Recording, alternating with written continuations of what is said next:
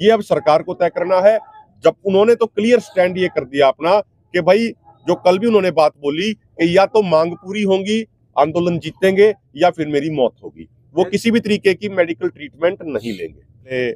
Press के सभी साथियों का सबका बहुत बहुत धन्यवाद है, बहुत बहुत सत्कार है कि आप हमारी बात को, हमारी आवाज को देश और दुनिया के कोने कोने तक पहुंचा रहे हैं। मैं परिचय करा देता हूं। मेरे दाईं तरफ बैठे हैं गुरदास सिंह जी, लकड़ावाली, सिरसा से, हरियाणा से। उसके बाद 5 रिवर्स एसोसिएशन टीम से डॉक्टर हरनूर जी हैं हमारे बीच में, जो पहले दिन से ही सरदार जगजीत सिंह डल्लेवाल जी के स्वास्थ्य को मॉनिटर कर रहे हैं। मेरी बाईं तरफ है सुरजीत सिंह फूल जी हैं, हमारे साथी हैं, जो बड़े सीनियर लीडर हैं, पहले दिन से इस आंदोलन में लगे हुए, जुटे हुए हैं। उसके बाद शेरा सिंह अठवाल जी हैं और राज सिंह थिड़ी जी हैं, हमारे KMM के साथी हैं। मैं सबसे पहले निवेदन करूंगा आदरणीय डॉक्टर साहब से, डॉक्टर साहब एक बार संक्षिप्त में डल्लेवाल साहब का जो आज उनका 30वां दिन आमरण अनशन का वो बात रखें। थैंक यू सो मच जी। सत श्री अकाल जी। मैं 5 रिवर्स हार्ट एसोसीएशन वालों डॉक्टर हरਨੂਰ ਸਿੰਘ ਅੱਜ 30 ਦਿਨ ਬਾਅਦ ਜਦੋਂ ਅਸੀਂ ਉਹਨਾਂ ਨੂੰ ਅਨਸ਼ਨ ਤੇ ਹੋ ਗਏ ਨੇ ਤੇ ਅੱਜ ਅਸੀਂ ਉਹਨਾਂ ਦਾ ਐਗਜ਼ਾਮੀਨੇਸ਼ਨ ਕੀਤੀ, ਜਾ ਕੇ ਮਿਲ ਕੇ ਆਏ ਉਹਨਾਂ ਨੂੰ। ਅੱਜ ਦੇ ਦਿਨ ਮੈਨੂੰ ਹਜੇ ਜਿੰਨੇ ਵੀ 30 ਦਿਨ ਸੀ ਸਭ ਤੋਂ ਜ਼ਿਆਦਾ ਉਹ ਲੋ ਤੇ ਵੀਕ ਫੀਲ ਹੋਏ ਫਿਜ਼ੀਕਲੀ। ਜੇ ਆਪਾਂ ਉਹਨਾਂ ਦੀ ਮੈਂਟਲ ਸਟੇਟ ਦੀ ਗੱਲ ਕਰੀਏ ਉਹ ਹਜੇ ਵੀ ਬਹੁਤ ਜ਼ਿਆਦਾ ਸਟਰੋਂਗ ਨੇ, ਬਟ ਜਦੋਂ ਆਪਾਂ ਫਿਜ਼ੀਕਲ ਐਗਜ਼ਾਮੀਨੇਸ਼ਨ ਕਰ ਰਹੇ ਹਾਂ ਉਹਨਾਂ ਦੇ ਹੱਥ ਪੀਲੇ ਪੈ ਰਹੇ ਨੇ। ਉਹ ਬੋਲਣ ਵੇਲੇ ਬਹੁਤ ਸਲੋ ਬੋਲ ਰਹੇ ਨੇ। ਉਹ ਕਿਉਂ ਹੈ? ਉਹ ਕਿਉਂਕਿ ਮੈਟਾਬੋਲਿਜ਼ਮ ਉਹਨਾਂ ਦਾ ਸਲੋ ਹੋ ਗਿਆ। 30 ਦਿਨ ਭੁੱਖੇ ਰਹਿਣਾ ਇੱਕ ਬਹੁਤ ਹੀ ਜ਼ਿਆਦਾ ਵੱਡੀ ਗੱਲ ਹੈ। ਉਹਦੇ ਨਾਲ ਬਹੁਤ ਨੁਕਸਾਨ ਵੀ ਹੋਇਆ। ਹੁਣ ਅਸੀਂ ਐਜ਼ ਅ ਮੈਡੀਕਲ ਟੀਮ ਅਸੀਂ ਮੋਨੀਟਰ ਤੇ ਕਰ ਰਹੇ ਹਾਂ, ਬਟ ਅਸੀਂ ਪ੍ਰੀਕਾਸ਼ਨਸ ਦਾ ਵੀ ਧਿਆਨ ਰੱਖ ਰਹੇ ਹਾਂ। ਅਸੀਂ ਪ੍ਰੀਕਾਸ਼ਨਸ ਕੀ ਰੱਖਣੀਆਂ। ਅਸੀਂ ਉਹਨਾਂ ਦਾ ਕੰਟੈਕਟ ਜਿਹੜਾ ਹੁੰਦਾ ਕਿ ਲੋਕੀ ਉਹਨਾਂ ਕੋਲ ਘੱਟ ਜਾਣ, ਉਸ ਚੀਜ਼ ਦਾ ਬਹੁਤ ਧਿਆਨ ਰੱਖਿਆ ਤੇ ਸਟਰਾਈਲ ਕੰਡੀਸ਼ਨਸ ਮੇਨਟੇਨ ਕੀਤੀਆਂ ਕਿ ਸਾਰੇ ਉੱਥੇ ਮਾਸਕ ਪਾ ਕੇ ਜਾਣ, ਕਿਉਂਕਿ ਇਮਿਊਨਿਟੀ ਬਹੁਤ ਲੋ ਹੋ ਗਈ ਹੈ। ਕੁਛ ਨਹੀਂ ਖਾਦਾ ਇੰਨੀ ਦੇਰ ਤੋਂ, ਤੇ ਉਹਦੇ ਕਰਕੇ ਆਪਾਂ ਇੱਕ ਹੋਰ ਚੀਜ਼ ਦੇਖੀ ਕਿ ਅਸੀਂ ਟੈਂਪਰੇਚਰ ਵੀ ਰੈਗੂਲੇਟ ਕੀਤਾ ਕਿ ਅੰਦਰ ਉਹਨੂੰ ਜ਼ਿਆਦਾ ਠੰਡ ਨਾ ਰਹੇ, ਕਿਉਂਕਿ ਬਹੁਤ ਜ਼ਿਆਦਾ ਠੰਡ ਕਾਰਨ ਬਹੁਤ ਜ਼ਿਆਦਾ ਹੋਰ ਵੀ ਦਿੱਕਤਾਂ ਆ ਸਕਦੀਆਂ। ਹੁਣ ਮੈਂ ਇੱਕ ਕੁਐਸਚਨ ਜਿਹੜਾ ਬਹੁਤ ਪੁੱਛਦੇ ਪਏ ਸੀਗੇ ਉਹ ਮੈਂ ਜ਼ਰੂਰ ਦੱਸਣਾ ਚਾਹੁੰਦਾ ਇੱਥੇ। ਸਾਰੇ ਪੁੱਛਦੇ ਪਏ ਸੀਗੇ ਕਿ 30 ਦਿਨ ਉਹ ਭੁੱਖੇ ਰਹਿ ਗਏ ਨੇ ਤੇ ਇੱਕ ਇਨਸਾਨ ਕਿੰਨੀ ਦੇਰ ਤੱਕ ਇਦਾਂ ਭੁੱਖਾ ਰਹਿ ਸਕਦਾ। ਇਹਦਾ ਇੱਕੋ ਇੱਕ ਆਨਸਰ ਹੈ ਕਿ ਇਹਦਾ ਕਿਤੇ ਵੀ ਕੋਈ ਸਟੱਡੀ ਨਹੀਂ ਹੈਗੀ ਕਿ ਇੱਕ ਇਨਸਾਨ ਕਿੰਨੀ ਦੇਰ ਤੱਕ ਭੁੱਖਾ ਰਹਿ ਸਕਦਾ। 3 ਚੀਜ਼ਾਂ ਤੇ ਇਹ ਚੀਜ਼ ਡਿਪੈਂਡ ਕਰਦੀ ਹੈ। ਸਭ ਤੋਂ ਪਹਿਲੀ ਹੁੰਦੀ ਹੈ ਕਿ ਮੈਂਟਲ ਸਟੇਟ ਕੀ ਹੈ ਇਨਸਾਨ ਦੀ। ਦੂਸਰੀ ਗੱਲ ਹੈ ਕਿ ਉਹਦੇ ਫੈਟ ਸਟੋਰਸ ਕਿੰਨੇ ਨੇ, ਕਿ ਉਹਦੀ ਜਿਹੜੀ ਚਰਬੀ ਹੈ ਉਹ ਸਰੀਰ 'ਚ ਕਿੰਨੀ ਹੈ। ਜਿਹੜੀ ਤੀਜੀ ਗੱਲ ਉਹ ਹੈ ਮੈਟਾਬੋਲਿਜ਼ਮ ਉਹਨਾਂ ਦਾ ਬਹੁਤ ਸਲੋ ਹੋ ਗਿਆ। ਜਿਵੇਂ ਆਪਾਂ ਆਲਰੇਡੀ ਗੱਲ ਕਰ ਰਹੇ ਹਾਂ ਕਿ ਬਹੁਤ ਸਲੋ ਬੋਲਦੇ ਪਏ ਨੇ, ਉਹਨਾਂ ਦੀ ਗੱਲ ਕਰਨ ਦਾ ਤਰੀਕਾ ਬਹੁਤ ਸਲੋ ਹੋ ਗਿਆ ਹੋਇਆ। ਦੂਸਰੀ ਗੱਲ ਫੈਟ ਸਟੋਰ ਜਿਹੜੇ ਸੀਗੇ ਉਹ ਕੀਟੋਨ ਬੋਡੀ ਆਪਾਂ ਟੈਸਟ ਕਰਾਇਆ ਸੀਗਾ ਇੱਕ, ਉਹ ਬਲੱਡ ਦੇ ਵਿੱਚ ਆਲ ਟਾਈਮ ਹਾਈ ਆਈ ਹੈ ਹਜੇ ਤੱਕ ਦੀ ਸਭ ਤੋਂ ਜ਼ਿਆਦਾ ਉਹਨਾਂ ਦੀ ਬਲੱਡ ਦੇ ਵਿੱਚ ਕੀਟੋਨ ਦਾ ਸਭ ਤੋਂ ਜ਼ਿਆਦਾ ਆਈ ਹੈ। ਉਸ ਤੋਂ ਬਾਅਦ ਮੈਂਟਲ ਸਟੇਟ ਤਾਂ ਆਲਰੇਡੀ ਉਹਨਾਂ ਦੀ ਬਹੁਤ ਜ਼ਿਆਦਾ ਸਟਰੋਂਗ ਹੈ। ਤੇ ਐਂਡ 'ਚ ਮੈਂ ਇਹ ਕਹਿਣਾ ਚਾਹੁੰਦਾ ਕਿ ਜਸਟ ਇਨ ਕੇਸ ਫਿਰ ਜੇ ਨਿਊਟ੍ਰੀਸ਼ਨ ਦੀ ਉਹਨਾਂ ਨੂੰ ਲੋੜ ਪੈਂਦੀ ਹੈ ਤਾਂ ਇੱਥੋਂ ਵਾਪਸ ਆਉਣਾ ਬਹੁਤ ਮਤਲਬ ਇਰਰਿਵਰਸੀਬਲ ਸਿਚੁਏਸ਼ਨ ਤੱਕ ਆ ਪਹੁੰਚ ਗਏ ਹੋਏ ਹਾਂ।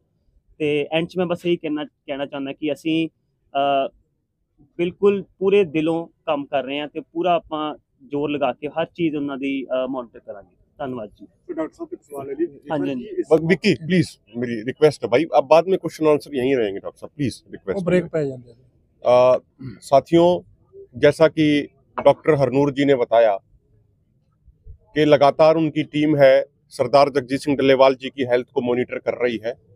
आज उनके आमरण अनशन का 30वां दिन है और अभी डॉक्टरों की टीम से ही हमारी बात हो रही थी तो उन्होंने ये बताया, उनकी फाइंडिंग्स ये हैं, क्योंकि वो कंटिन्यूअसली पिछले 10 महीने से उनको मॉनिटर कर रहे हैं और खासकर जब से उनका आमरण अनशन शुरू हुआ है, जो उनका अपर बीपी है वो पहले नॉर्मली 130 के आसपास रहता था, लेकिन अब जो उनका अपर बीपी है वो नॉर्मली भी 100 के आसपास ही वो फ्लक्चुएट कर रहा है, 100 से 105 के बीच में फ्लक्चुएट कर रहा है। और जो लोअर बीपी है उनका वो 70 से 75 रह रहा है नॉर्मली, जो पहले उनका 80 से 85 रहता था, अब वो फ्लक्चुएट करके लगभग 70 के आसपास ही नॉर्मली रहता है।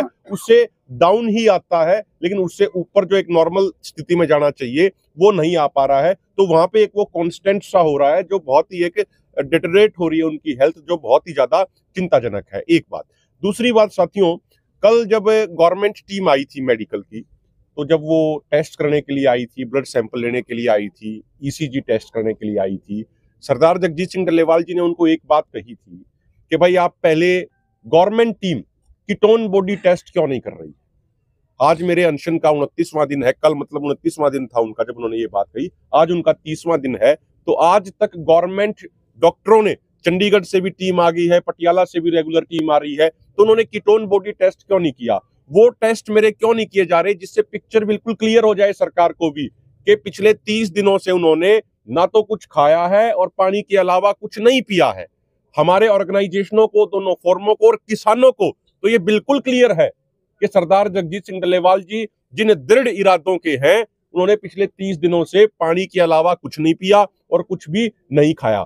लेकिन सरकार को कोई वहम हो, केंद्र सरकार को या स्टेट गवर्नमेंटों को या अधिकारियों को कोई वहम हो, तो उनका वो वहम भी दूर हो जाए। इसीलिए कल उन्होंने स्पेशली ये कहा कि कीटोन बॉडी टेस्ट और बाकी से जो संबंधित टेस्ट हैं, अगर वो गवर्नमेंट डॉक्टरों की टीम करेगी तो आप बाकी सैंपल ले लीजिए, अदरवाइज हम आपको सैंपल नहीं देंगे। तो कल उन्होंने कीटोन बॉडी टेस्ट भी गवर्नमेंट टीम ने किया है। उन्होंने हमसे ये वादा किया था कि आज शाम तक उसकी रिपोर्ट हमें वो दे देंगे और उन गवर्नमेंट डॉक्टरों को भी कल हम आपके सामने खुद वो पूरी रिपोर्ट रखवाएंगे, जिससे गवर्नमेंट को भी पूरे तरीके से क्लैरिटी आ जाए, कहीं अगर उनको कुछ थोड़ा बहुत भी डाउट हो तो। इसके अलावा साथियों, जो कल हमारा कैंडल मार्च था, वो देश भर में ऐसी जगहों पे हुआ है जहां पहले कभी आंदोलन के प्रति इतनी सिंपैथी नहीं देखी गई। राजस्थान के अंदर, जम्मू कश्मीर के अंदर, हरियाणा के गांव-गांव के अंदर वो हुआ है। पंजाब की, चंडीगढ़ की कई यूनिवर्सिटियों में हुआ है, हरियाणा की यूनिवर्सिटियों में हुआ है, आंध्र प्रदेश के अंदर हुआ है, महाराष्ट्र के अंदर हुआ है, कर्नाटका, तमिलनाडु के अंदर हुआ है, मध्य प्रदेश के अंदर हुआ है। तो जो एक आज सरदार जगजीत सिंह डल्लेवाल जी के आमरण अनशन के प्रति, उनकी सोच के प्रति जो लोगों में, आम लोगों में एक जो लगाव है, वो लगातार बढ़ता जा रहा है। और कल आने वाली, कल यानी 26 तारीख को जो दोनों मोर्चों की कॉल है, पूरे देश के लेवल पे, पंजाब के अलावा तमाम राज्यों में सुबह 10 बजे से लेके 4 बजे तक किसान बड़ी संख्या में अपने जिला मुख्यालयों के ऊपर और अपने तहसील मुख्यालयों के ऊपर धरने दे रहे हैं, सांकेतिक भूख हड़ताल कर रहे हैं। और कल यहीं पे खनौरी मोर्चे पे ही जितने भी व्यापारिक संगठन हैं, जितने भी सामाजिक संगठन हैं, जितने भी धार्मिक संगठन हैं, जितनी भी ट्रेड यूनियन है, जितने भी सांस्कृतिक संगठन हैं, उन सब की दोनों फोरमों के नेताओं के साथ इसी होटल माही में, जो ये यहाँ पे साइड में शेड है, यहाँ पे मीटिंग होगी, जिसमें 30 तारीख को पंजाब बंद को कैसे अधिक से अधिक सफल बनाया जाए, उनकी रणनीति के ऊपर विचार चर्चा की जाएगी। सभी वर्गों का पूरा समर्थन लिया जाएगा, उसी के लिए रणनीति बनाई जाएगी। और कल फिर दोनों फोरमों की एक बड़ी और ज्वाइंट प्रेस कॉन्फ्रेंस यहाँ पे अन्य सामाजिक संगठनों के साथ भी होगी। और साथियों, एक आखिरी बात आप सबके संज्ञान में हम ये लाना चाह रहे हैं। सरदार जगजीत सिंह डल्लेवाल जी के भी मन में ये बात थी, 2 सवाल उनके मन में है। पहला ये कि भाई जो state government, Haryana state government ने अभी 3-4 दिन पहले एक नोटिफिकेशन जारी किया कि हम 24 फसलों की एमएसपी पे खरीद की गारंटी देते हैं। ये उन्होंने एक नोटिफिकेशन जारी किया है। कुछ महीने पहले उन्होंने सिंपल एक बयान दिया था। हम माननीय हरियाणा सरकार के मुख्यमंत्री जी से, नायब सिंह सैनी जी से सिर्फ 2 बातें पूछना चाह रहे हैं। पहली बात तो ये कि क्या कोई स्टेट गवर्नमेंट एमएसपी अपनी तरफ से डिक्लेयर कर सकती है? क्योंकि जो रिसेंटली सीएसीपी की जो प्रेस रिलीजेस हैं, वो तो ये बता रही हैं कि 22 फसलों का एमएसपी वो डिक्लेयर करते हैं। 23वीं फसल गन्ना, जिसका एफआरपी सेंट्रल गवर्नमेंट डिक्लेयर करती है, उसमें स्टेट गवर्नमेंट जोड़ के वो बन जाता है, एसएपी बन जाता है। तो ये 24वीं फसल ये कौन सी काउंट कर रहे हैं, ये क्लैरिफिकेशन हरियाणा की गवर्नमेंट को करना चाहिए। और क्या उनके पास ये अधिकार है कि वो अपने आप से किसी ऐसी फसल का भी एमएसपी डिक्लेयर कर दे जिसका एमएसपी अभी सेंट्रल गवर्नमेंट ने डिक्लेयर ना किया हो? एक बात। दूसरी बात, उन्होंने कहा है कि हम एमएसपी की गारंटी देते हैं। जो प्रोक्यूरमेंट का मामला है, क्या स्टेट गवर्नमेंट, ये सबसे महत्वपूर्ण सवाल है, क्या स्टेट गवर्नमेंट अपने लेवल पे प्रोक्यूरमेंट कर सकती है? जितना हमें नॉलेज है, जितनी हमें जानकारी है, स्टेट गवर्नमेंट परचेज करती है, प्रोक्यूर करती है सेंटर के पूल में डालने के लिए। सेंट्रल गवर्नमेंट उनको बजट देती है, सेंट्रल गवर्नमेंट पैसा लोकेट करती है, उस आधार पे स्टेट गवर्नमेंट प्रोक्यूरमेंट करती है। जो हरियाणा स्टेट गवर्नमेंट की जो परचेज करने वाली संस्थाएं हैं, चाहे वो हैफेड हो, चाहे वो वेयर हाउस कॉर्पोरेशन हो, जो वो प्रोक्यूरमेंट करती हैं, उनकी प्रोक्यूरमेंट की अमाउंट बहुत कम है।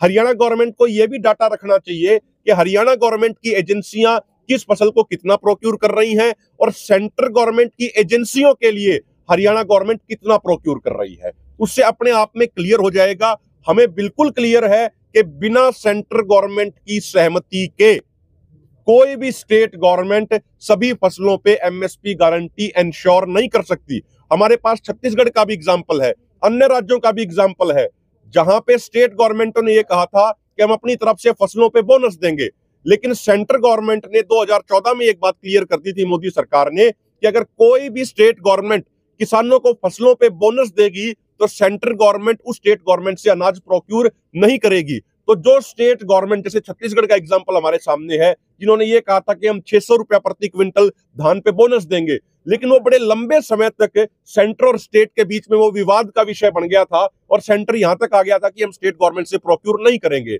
इसीलिए हमारा ये निवेदन है कि भाई जो हमारे दो सवाल हैं, हरियाणा की भाजपा सरकार को उन दोनों सवालों का जवाब देना चाहिए, डाटा के साथ जवाब देना चाहिए। ये सिर्फ हमारे सवाल नहीं है, ये हर किसान के मन में ये सवाल है, चाहे वो हरियाणा के किसान हो, चाहे पंजाब के किसान हो या देश के अन्य राज्यों के किसान हो। मैं निवेदन करूंगा आदरणीय सुरजीत सिंह फूल जी बात रखें, उसके बाद हमारे दो साथी और रखें।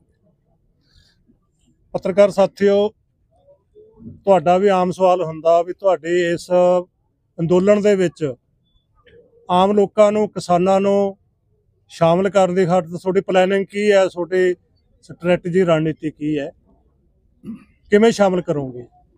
ਉਹ ਵਿੱਚ ਪਹਿਲਾਂ ਦੋ ਪ੍ਰੋਗਰਾਮ ਜਿਹੜੇ ਹਲਕੇ ਸੀਗੇ, ਸੌਫਟ ਸੀਗੇ, ਜਿਨ੍ਹਾਂ ਦੇ ਵਿੱਚ ਕੈਂਡਲ ਮਾਰਚ ਵਾਲਾ ਸੀਗਾ ਕੱਲ੍ਹ ਵਾਲਾ, 26 ਨੂੰ ਭੁੱਖ ਹੜਤਾਲ ਵਾਲਾ ਹੈਗਾ ਤਹਿਸੀਲ ਹੈੱਡਕੁਆਟਰਾਂ ਤੇ, ਪਰ ਜਿਹੜਾ 30 ਦੇ ਸਾਡੀ ਕਾਲ ਦਿੱਤੀ ਹੋਈ ਹੈ ਪਹਿਲਾਂ ਹੀ ਪੰਜਾਬ ਬੰਦ ਦੀ, ਕੱਲਾ ਪੰਜਾਬ ਬੰਦ ਦਾ, ਆਲ ਇੰਡੀਆ ਬੰਦ ਦਾ ਨਹੀਂ, ਉਹ ਕੋਈ ਛੋਟੀ ਕਾਲ ਨਹੀਂ। ਇਹਨਾਂ ਕਾਲਾਂ ਦੇ ਮੁਕਾਬਲੇ 3 ਘੰਟਿਆਂ ਦਾ ਰੇਲ ਜਾਮ, ਮੋਮਬੱਤੀ ਮਾਰਚ, 3 ਘੰਟਿਆਂ ਦੀ ਭੁੱਖ ਹੜਤਾਲ, ਉਹ ਜਿਹੜਾ ਪੂਰਾ ਸਾਡਾ ਲੋਕਾਂ ਦੀਆਂ ਵੀ ਨਿਗਾਹ ਲੱਗੀ ਹੋਈ ਹੈ ਵੀ ਕਿੰਨਾ ਕੁ ਸਫਲ ਹੁੰਦਾ। ਪੰਜਾਬ ਬੰਦ ਦਾ ਮਤਲਬ ਮੁਕੰਮਲ ਪੰਜਾਬ ਬੰਦ ਦਾ ਜਿਹੜਾ ਅਸੀਂ ਕਿਹਾ, ਉਹਦਾ ਭਾਵ ਹੈ ਵੀ ਉੱਦੇ ਸਾਰੇ ਲੋਕ ਹੈ ਜੇ ਸ਼ਾਮਲ ਹੋਣਗੇ ਉਹਦੇ ਪੰਜਾਬ ਦੇ ਫਿਰ ਉਹ ਬੰਦ ਹੋਣਾ, ਸਾਰੇ ਵਰਗ ਜੇ ਸ਼ਾਮਲ ਹੋਣਗੇ, ਕਿਉਂਕਿ ਰੋਡ ਬੰਦ ਕਰਨੀ ਹੈ, ਰੇਲ ਬੰਦ ਕਰਨੀ ਹੈ, ਵਪਾਰ ਬੰਦ ਕਰਨਾ, ਸਾਰੀਆਂ ਜਿਹੜੇ ਸਰਕਾਰੀ ਅਦਾਰੇ ਹੈ ਉਹ ਬੰਦ ਕਰਨੇ ਹੈ। ਇਹ ਹੁਣ ਕੋਈ ਜਬਰੀ, ਇੱਕ ਤਾਂ ਹੁੰਦਾ ਕੋਈ ਸਟੇਟ ਨੇ ਹੁਕਮ ਸਰਕੂਲਰ ਜਾਰੀ ਕਰਤਾ, ਐਂ ਤਾਂ ਅਸੀਂ ਕਰਨਾ ਨਹੀਂ, ਅਸੀਂ ਤਾਂ ਲੋਕਾਂ ਨੂੰ ਪ੍ਰੇਰ ਕੇ ਥੱਲੇ ਉਹਨਾਂ ਨੂੰ ਕਨਵਿੰਸ ਕਰਕੇ ਥੱਲੇ ਗਰਾਊਂਡ ਵਰਕ ਕਰਕੇ ਜਿਹੜਾ ਹੋਮ ਵਰਕ ਫਿਰ ਉਹਦੇ 30 ਚ ਸਮੂਲੀਅਤ ਕਰਾਉਣੀ ਹੈ। ਇਸ ਕਰਕੇ ਵੀ ਸਾਡਾ ਉਹ ਜਿਹੜਾ 30 ਵਾਲਾ ਜਿਹੜਾ ਸਫਲ ਬੰਦ ਵਾਲਾ, ਮੁਕੰਮਲ ਬੰਦ ਵਾਲਾ, ਉਹਨੇ ਇੱਕ ਤਰ੍ਹਾਂ ਦਾ ਉਹ ਟੈਸਟ ਹੋਊਗਾ ਵੀ ਜਿਹੜੇ ਕਹਿੰਦੇ ਆ ਵੀ ਇਹਨਾਂ ਨੂੰ ਸਮਰਥਨ ਨਹੀਂ, ਇਹ ਤਾਂ ਕੱਲੀਆਂ ਕੁਝ ਜਥੇਬੰਦੀਆਂ ਹੀ ਲੜ ਰਹੀਆਂ ਨੇ, ਬਾਕੀ ਵੱਡਾ ਹਿੱਸਾ ਜਥੇਬੰਦੀਆਂ ਦਾ ਬਾਹਰ ਹੈਗਾ। ਇਸ ਕਰਕੇ ਉਹਦੀ ਖਾਤਰ ਅਸੀਂ ਕੋਈ ਜਬਰੀ ਨਹੀਂ ਲੋਕਾਂ ਨੂੰ ਬਾਜ਼ਾਰ ਬੰਦ ਕਰਾਉਣਾ ਜਾਂ ਉਹਨਾਂ ਦੇ ਅਦਾਰੇ ਬੰਦ ਕਰਾਉਣੇ। ਸਾਨੂੰ ਇਹ ਹੈਗਾ ਵੀ ਜਦੋਂ ਅਸੀਂ ਉਹਨਾਂ ਕੋਲੇ ਜਾਵਾਂਗੇ ਆਹ ਦੱਸਾਂਗੇ ਵੀ ਜਿਹੜੀਆਂ ਮੰਗਾਂ ਨੇ, ਭਾਵੇਂ ਉਹ ਐ ਨਹੀਂ ਵੀ ਭਾਵੇਂ ਕਿਸਾਨ ਜਥੇਬੰਦੀਆਂ ਮੂਹਰੇ ਲੱਗੀਆਂ ਹੋਣਗੀਆਂ, ਜਿਹੜੀਆਂ 12 ਮੰਗਾਂ ਨੇ ਇਹਨਾਂ ਨੂੰ ਜੇ ਤੁਸੀਂ ਕੱਲੀ ਨੂੰ ਉਹਦੀ ਵਿਆਖਿਆ ਲਾਓ ਤਾਂ ਇਹ ਇਕੱਲੇ ਕਿਸਾਨਾਂ ਦੇ ਨਹੀਂ, ਸਾਰਾ ਜਿਹੜਾ ਮੱਧ ਵਰਗ ਹੈ ਸਾਰੇ ਵਰਗ ਇਹਦੇ ਸ਼ਾਮਲ ਹੋ ਜਾਂਦੇ। ਹੁਣ ਬਿਜਲੀ ਐਕਟ ਜਿਹੜਾ 2023 ਨੂੰ ਰੱਦ ਕਰਨ ਦੀ ਗੱਲ ਹੈ, ਉਹ ਜੇ ਰੱਦ ਨਹੀਂ ਹੁੰਦਾ ਤਾਂ ਸਾਰਾ ਬਿਜਲੀ ਦੀ ਜਨਰੇਸ਼ਨ, ਬਿਜਲੀ ਦੀ ਸਪਲਾਈ, ਬਿਜਲੀ ਦਾ ਰੇਟ ਤੈਅ ਕਰਨ ਦਾ ਸਾਰਾ ਅਧਿਕਾਰ ਹੈ ਉਹ ਪ੍ਰਾਈਵੇਟ ਜਿਹੜੇ ਕਾਰਪੋਰੇਟ ਘਰਾਣੇ ਉਹਨਾਂ ਕੋਲੇ ਚਲਿਆ ਜਾਣਾ। ਜੇ ਉਹਨਾਂ ਕੋਲੇ ਚਲਿਆ ਗਿਆ, ਜੇ ਹੁਣ ਉਹਨਾਂ ਕੋਲੇ ਪਾਣੀ ਦਾ ਵਪਾਰ ਉਹਨਾਂ ਕੋਲੇ ਹੈਗਾ, ਪਾਣੀ ਸਾਨੂੰ 20 ਰੁਪਏ ਦੀ ਬੋਤਲ ਮਿਲਣ ਲੱਗ ਗਈ, ਜੇ ਬਿਜਲੀ ਦਾ ਅਧਿਕਾਰ ਉਹਨਾਂ ਕੋਲੇ ਹੋ ਗਿਆ, ਹਿਸਾਬ ਲਾਓ ਵੀ ਕਿੰਨੇ ਕੁ ਲੋਕ ਹੈ ਜਿਹੜੇ ਉਹ ਬਿਜਲੀ ਲੈ ਸਕਣਗੇ। ਸੋ ਇਸ ਤਰ੍ਹਾਂ ਉਹ ਮੰਗ ਸਾਰੇ ਮੱਧ ਵਰਗ ਦੀ ਮੰਗ ਹੈ, ਮਜ਼ਦੂਰਾਂ ਦੇ ਵੀ ਹੈ, ਮੁਲਾਜ਼ਮਾਂ ਦੇ ਵੀ ਹੈ, ਛੋਟੇ ਵਪਾਰੀਆਂ ਦੀ, ਕੁੱਲ ਵਰਗ ਦੀ ਮੰਗ ਹੈ ਉਹ ਵੀ ਉਹ ਸਰਕਾਰੀ ਜਿਹੜੀ ਬਿਜਲੀ ਹੈ ਉਹ ਪ੍ਰਾਈਵੇਟ ਕਾਰਪੋਰੇਟਾਂ ਦੇ ਹੱਥਾਂ 'ਚ ਨਾ ਜਾਵੇ। ਅਸੀਂ ਉਹ ਪ੍ਰੇਰ ਕੇ ਮਜ਼ਦੂਰਾਂ ਨੂੰ ਮੰਗ ਸ਼ਾਮਲ ਕੀਤਾ ਸੀ, ਜਿਹੜੀ ਉਹਨਾਂ ਦੇ ਮਨਰੇਗਾ 200 ਦਿਨ ਦੀ ਗਰੰਟੀ ਹੋਵੇ, 700 ਦਿਨ ਦੀ ਦਿਹਾੜੀ ਹੋਵੇ, ਆਦਿਵਾਸੀਆਂ ਨੂੰ ਜਿਹੜਾ ਜਲ ਜੰਗਲ ਤੇ ਜ਼ਮੀਨ ਤੇ ਉਹਨਾਂ ਦਾ ਕੁਦਰਤੀ ਹੱਕ ਬਹਾਲ ਰਹੇ। ਉਹ ਸਾਰੀਆਂ ਮੰਗਾਂ ਨੂੰ ਅਸੀਂ ਲਿਜਾ ਕੇ ਉਹਨਾਂ ਦੀ ਵਿਆਖਿਆ ਕਰਕੇ ਲੋਕਾਂ ਨੂੰ ਪ੍ਰੇਰ ਕੇ ਉਹਦੇ 'ਚ ਸ਼ਾਮਲ ਕਰਾਂਗੇ। ਤੇ ਸਾਨੂੰ ਉਮੀਦ ਹੈ, ਤੇ ਨਾਲ ਅਸੀਂ ਇਹ ਵੀ ਅਪੀਲ ਕਰਨਾ ਚਾਹੁੰਦੇ ਹਾਂ ਵੀ ਜਿਹੜੇ ਇੱਥੇ ਆ ਰਹੇ ਹੈ ਅਸੀਂ ਵੈਲਕਮ ਕਰਦੇ ਹਾਂ। ਜਿਹੜਾ ਵੀ ਕੋਈ ਜਥੇਬੰਦੀ ਆਉਂਦੀ ਹੈ, ਕੋਈ ਲੀਡਰ ਆਉਂਦਾ, ਪੋਲੀਟੀਕਲ ਲੀਡਰ ਆਉਂਦਾ, ਕੋਈ ਸਮਾਜਿਕ ਲੀਡਰ ਆਉਂਦਾ, ਧਾਰਮਿਕ ਲੀਡਰ ਆਉਂਦਾ, ਸਾਰਿਆਂ ਨੂੰ ਅਸੀਂ ਵੈਲਕਮ ਕਰਦੇ ਹਾਂ। ਪਰ ਹੁਣ ਸਾਡਾ ਉਹਨਾਂ ਨੂੰ ਵੈਲਕਮ ਦੇ ਨਾਲ ਨਾਲ ਅਸੀਂ ਕਹਿੰਦੇ ਵੀ ਜੇ ਸੱਚਮੁੱਚ ਹੀ ਕਾਂਗਰਸ ਦੇ MP, ਕਾਂਗਰਸ ਪਾਰਟੀ ਇਹਨਾਂ ਮੰਗਾਂ ਨਾਲ ਸਹਿਮਤ ਹੈ ਉਹ ਚਾਹੁੰਦੀ ਆ ਵੀ ਦਿੱਲੀ ਸਰਕਾਰ ਰੱਦ, ਤਾਂ ਉਹਦੇ ਸਾਡਾ ਉਹ 30 ਦੇ ਬੰਦ ਦੇ ਵਿੱਚ ਵੀ ਸਾਡਾ ਦਿਸਣਾ ਚਾਹੀਦਾ। ਦੇਖ ਜੋ ਉਹਨਾਂ ਦਾ ਵੀ ਉਹ ਸਿਰਫ ਹਾਜ਼ਰੀ ਲਵਾਉਣ ਆਏ ਆ, ਜਾਂ ਉਹਨਾਂ ਨੇ ਸਮਰਥਨ ਉਹਦੇ ਵਿੱਚ ਬੰਦ ਦੇ ਵਿੱਚ ਵੀ ਉਹਨਾਂ ਦੇ ਕਾਡਰ ਨੇ, ਉਹਨਾਂ ਦੀ ਫੋਰਸ ਨੇ ਸਮਰਥਨ ਦਿੱਤਾ। ਆਮ ਆਦਮੀ ਪਾਰਟੀ ਦੀ ਜੀ ਸਰਕਾਰ ਹੈ ਹੁਣ, ਅੱਜ ਉਹਨਾਂ ਦਾ ਮੰਤਰੀ ਹੈ, ਉਹਨਾਂ ਦਾ ਜਿਹੜਾ ਪ੍ਰਧਾਨ ਹੈ ਹੁਣ ਤਾਂ ਉਹਨਾਂ ਦੇ ਆਮ ਆਦਮੀ ਪਾਰਟੀ ਦਾ ਅਮਨ ਅਰੋੜਾ ਜੀ, ਉਹ ਵੀ ਇੱਥੇ ਆ ਰਹੇ ਨੇ। ਗੁਰਦਿੱਤ ਸਿੰਘ ਸੇਖੋਂ ਆ ਉਹਨਾਂ ਦੇ MLA ਫਰੀਦਕੋਟ ਤੋਂ, ਉਹ ਆ ਚੁੱਕੇ ਆ ਪਹਿਲਾਂ। ਸੋ ਉਹ ਜਿਹੜਾ 30 ਦੇ ਬੰਦ ਨੇ ਕਾਫੀ ਚੀਜ਼ਾਂ ਦਾ ਟੈਸਟ ਹੈ ਜਿਹੜਾ ਕਰ ਦੇਣਾ, ਤੇ ਸਾਨੂੰ ਉਮੀਦ ਹੈ ਵੀ ਜਿਵੇਂ ਪਹਿਲੇ ਦਿੱਲੀ ਅੰਦੋਲਨ ਵੇਲੇ 25 ਸਤੰਬਰ ਵਾਲਾ ਪੰਜਾਬ ਬੰਦ ਮੁਕੰਮਲ ਬੰਦ ਸੀਗਾ, ਜਿਹੜਾ ਕੋਈ ਦੁਕਾਨ ਨਹੀਂ ਖੁੱਲੀ ਇੱਕ ਵੀ ਸਵੈ ਇੱਛਾ ਨਾਲ, ਉਸੇ ਤਰੀਕੇ ਨਾਲ ਜਾਂ 30 ਦਾ ਬੰਦ ਵੀ ਜਿਹੜਾ 25 ਸਤੰਬਰ 2020 ਵਾਲੇ ਬੰਦ ਵਰਗਾ ਹੀ ਹੋਊਗਾ ਜੀ। ਧੰਨਵਾਦ। मैं निवेदन करूंगा गुरदास लकड़ावाली जी, वो एक बार आए, वो बात रखते हैं अपनी संक्षेप।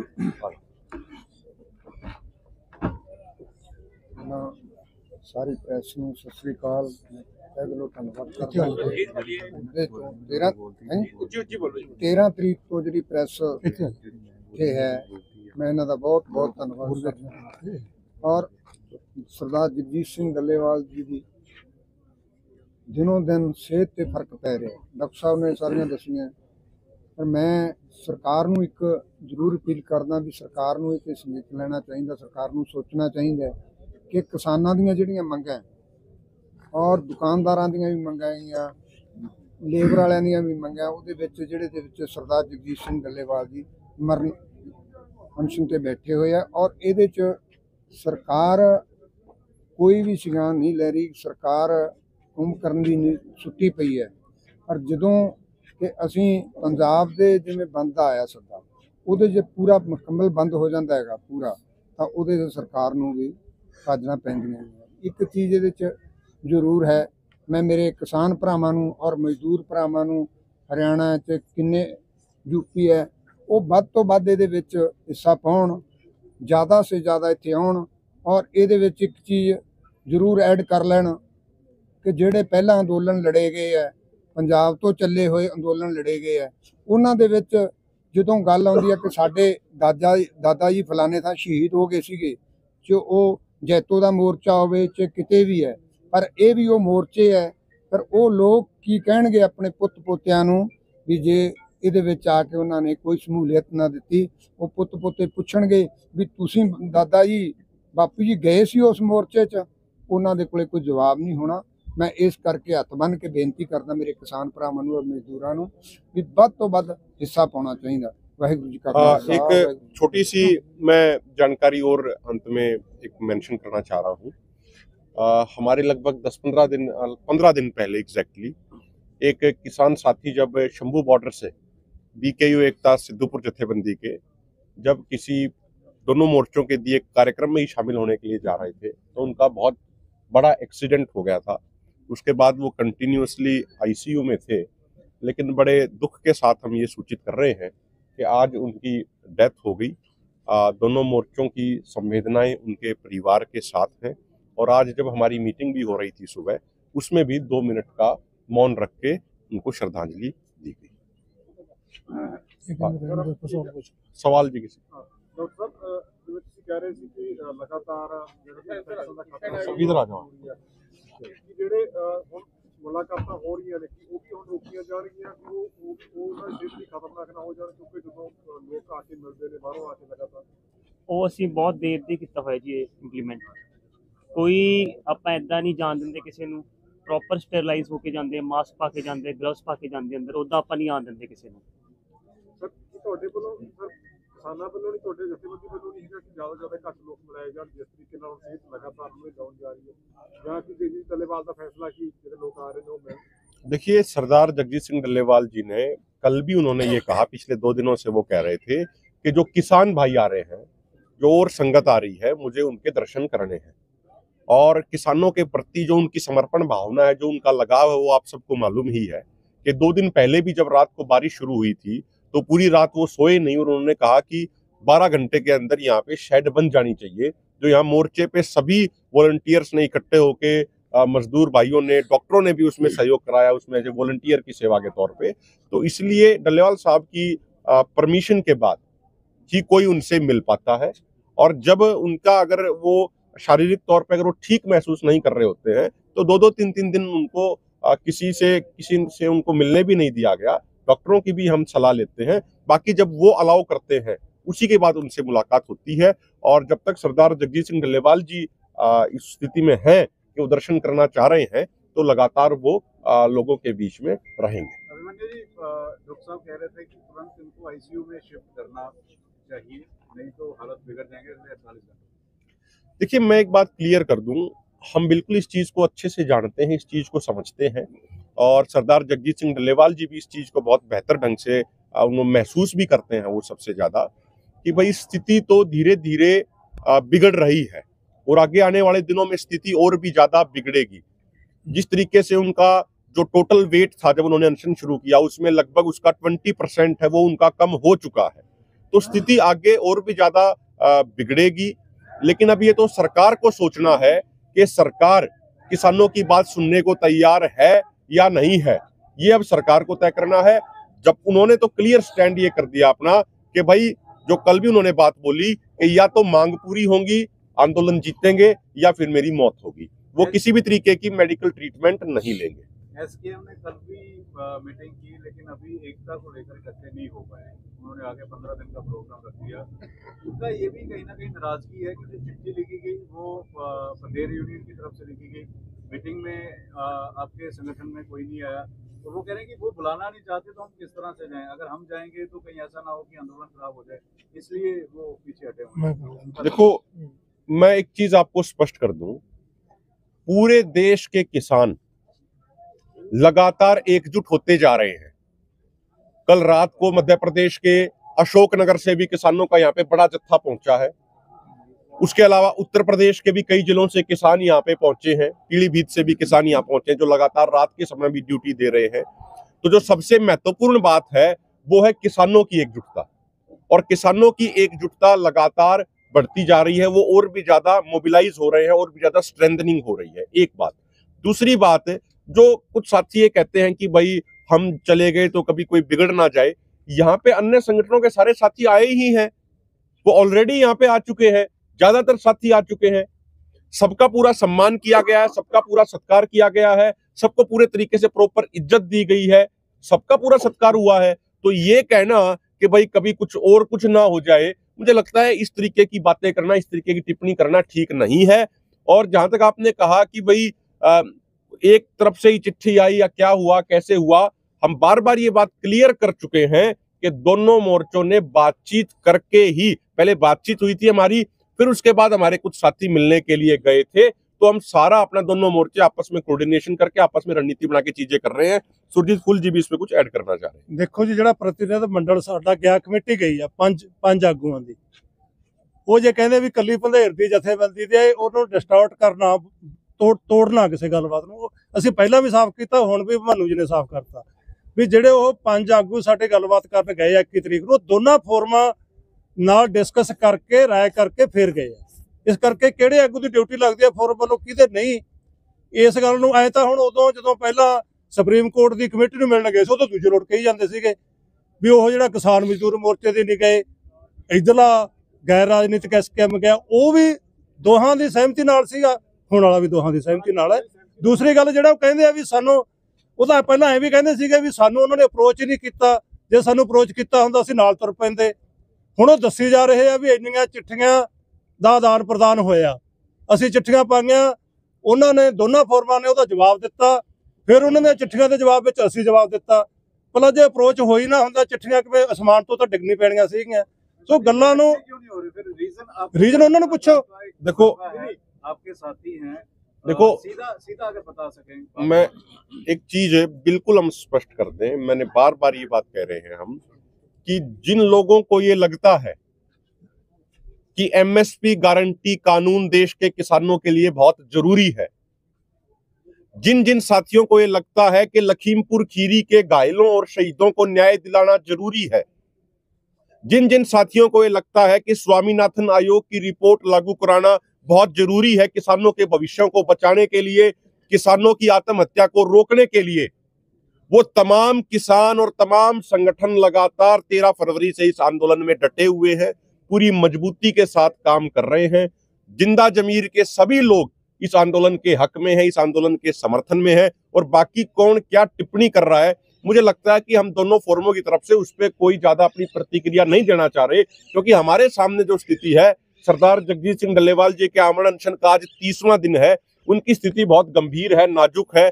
कल यहाँ पे सामाजिक, धार्मिक, सांस्कृतिक, ट्रेड यूनियनों के साथ हमारी मीटिंग है, उन संगठनों के साथ, उसमें भी हम लगातार तैयारी में दोनों फोरमों के नेता लगे हुए हैं। तो इसलिए हमारी प्रार्थना आपसे ये है कि दूसरे साथी कौन क्या कह रहा है, क्या नहीं कह रहा, उसका जवाब बेहतर ढंग से वही दे पाएंगे। ਜਿਵੇਂ ਤੁਸੀਂ ਉਦੋਂ ਮੀਟਿੰਗ ਹੋਈ ਸੀ ਦੋਨੋਂ ਫੋਰਮਾਂ ਚ ਉਤਨੀ ਅੱਧੀ ਗਏ ਤੇ ਉਹਨਾਂ ਨੇ ਕਿਹਾ ਸੀ ਬਹੁਤ ਸੁਖਾਵੇਂ ਮਾਹੌਲ ਦੇ ਵਿੱਚ ਹੋਈ ਆ, ਇਕਜੁੱਟਤਾ ਨੂੰ ਅੱਗੇ ਵਧਾਉਣ ਲਈ ਹੋਈ ਹੈ ਕਿ ਉਹ ਕਹਿ ਰਹੇ ਕਿ ਅਸੀਂ ਕੋਈ ਫੈਸਲਾ ਲੈਣ ਜੋਗੇ ਨਹੀਂ ਹੈਗੇ ਸੀ, ਕਿਉਂਕਿ ਅਸੀਂ ਐਸਕੇਐਮ ਨਾਲ ਗੱਲ ਕਰਨੀ ਹੈ ਤੇ ਭਲੀ ਅੱਧੀ ਗਏ ਸੀ, ਉਹਨਾਂ ਨੇ ਤੁਹਾਡੇ ਨਾਲ ਗੱਲ ਕਰਨੀ ਸੀ। ਅਗਲੀ ਮੀਟਿੰਗ ਦੇ ਵਿੱਚ ਰਾਹ ਲੱਭ ਜੇਗਾ। ਕੀ ਤੁਹਾਡੀ ਦੁਬਾਰਾ ਤੋਂ ਮੀਟਿੰਗ ਹੋ ਚੁੱਕੀ ਹੈ ਕਿ ਹੁਣ ਅਗਲੀ ਮੀਟਿੰਗ ਕਦੋਂ ਹੋਣੀ ਹੈ, ਇਸ ਬਾਰੇ ਤਾਂ ਕੋਈ ਚਰਚਾ ਹੋਈ ਉਹ ਤਾਂ ਉਹਨਾਂ ਨੇ ਕੱਲ ਜਿਹੜੀ ਕੀਤੀ ਹੈ ਮੀਟਿੰਗ 24 ਨੂੰ, ਉਹਦੇ ਵਿੱਚ ਉਹਨਾਂ ਨੇ ਕਹਿਤਾ ਵੀ ਅਸੀਂ ਨਹੀਂ ਸ਼ਾਮਲ ਹੋ ਸਕਦੇ ਇਸ ਅੰਦੋਲਨ 'ਚ, ਅਸੀਂ ਗਵਰਨਰ ਨੂੰ, ਰਾਸ਼ਟਰਪਤੀ ਨੂੰ ਮਿਲਾਂਗੇ 15 ਦਿਨਾਂ ਨੂੰ, ਫਿਰ ਉਹਦਾ ਮੀਟਿੰਗ ਦਾ, ਅਗਲੀ ਮੀਟਿੰਗ ਦਾ ਕੀ ਤੁਕ ਰਹੇਗੀ। ਉਹਨਾਂ ਨੇ ਕਰਤਾ ਫੈਸਲਾ ਵੀ ਅਸੀਂ 30 ਵਾਲੇ 'ਚ ਵੀ ਨਹੀਂ ਸ਼ਾਮਲ ਹੋਣਾ, ਅਸੀਂ ਇਸ ਅੰਦੋਲਨ ਦਾ ਵਿੱਚ ਜਾ ਕੇ ਇਹਦੇ ਅੰਦੋਲਨ 'ਚ ਅਸੀਂ ਕੋਈ ਸਮਰਥਨ ਨਹੀਂ ਕਰਨਾ, ਅਸੀਂ ਬਾਹਰੋਂ ਰਹਿ ਕੇ ਜਿੰਨਾ ਕੁ ਕਰ ਸਕੇ ਉਹ ਕਰਾਂਗੇ। ਤੇ ਉਹਦਾ ਹੈਗਾ ਕੀ ਕਰਾਂਗੇ, ਉਹ ਹੈਗਾ ਰਾਸ਼ਟਰਪਤੀ ਨੂੰ ਇਹ ਵੀ ਮੰਗਾਂ ਮੰਨੀਆਂ ਜਾਣ ਜਿਹੜੀਆਂ ਸਾਡੀਆਂ ਦੋਨੇ ਫੋਰਮਾਂ ਦਾ ਅੰਦੋਲਨ ਚੱਲ ਰਿਹਾ 12 ਮੰਗਾਂ ਤੇ ਜਗਜੀਤ ਸਿੰਘ ਡੱਲੇਵਾਲ ਦੀ ਜਾਨ ਬਚਾਈ ਜਾਵੇ। ਉਹ ਮੇਰਾ ਖਿਆਲ ਤਰੀਕ ਵੀ ਉਹਨਾਂ ਨੇ ਦੇਤੀ ਵੀ ਕਿੰਨੇ ਦਿਨਾਂ ਨੂੰ, ਮਤਲਬ ਉਹਨਾਂ ਦਿਨ ਉਹ ਵੇਟ ਕਰਨਗੇ ਜਗਜੀਤ ਸਿੰਘ ਡੱਲੇਵਾਲ ਦੀ ਜਾਨ ਜਾਂਦੀ ਹੈ ਕਿ ਨਹੀਂ ਜਾਂਦੀ ਹੈ।